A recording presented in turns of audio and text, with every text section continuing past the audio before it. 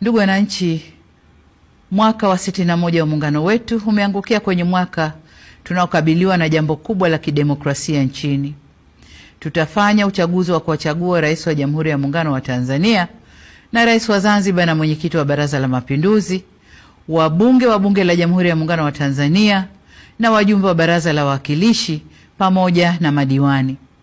Ni matumaini yangu kuwa tutaendelea kudumisha sifa ya nchi yetu kuwa ni kitovu cha amani na nchi ya kidemokrasia iliyojengeka juu ya misingi ya uhuru na haki. Serikali imejipanga kuhakikisha kuwa mahitaji yote ya Tume Huru ya Taifa ya Uchaguzi yanapatikana kwa ukamilifu na kwa wakati. Aidha, tutafanya kila tuwezalo kuhakikisha kuwa uchaguzi unafanyika kwenye mazingira ya utulivu na amani katika kipindi chote cha matayarisho hadi wakati wa uchaguzi ili kuwa na uchaguzi huru na wa haki.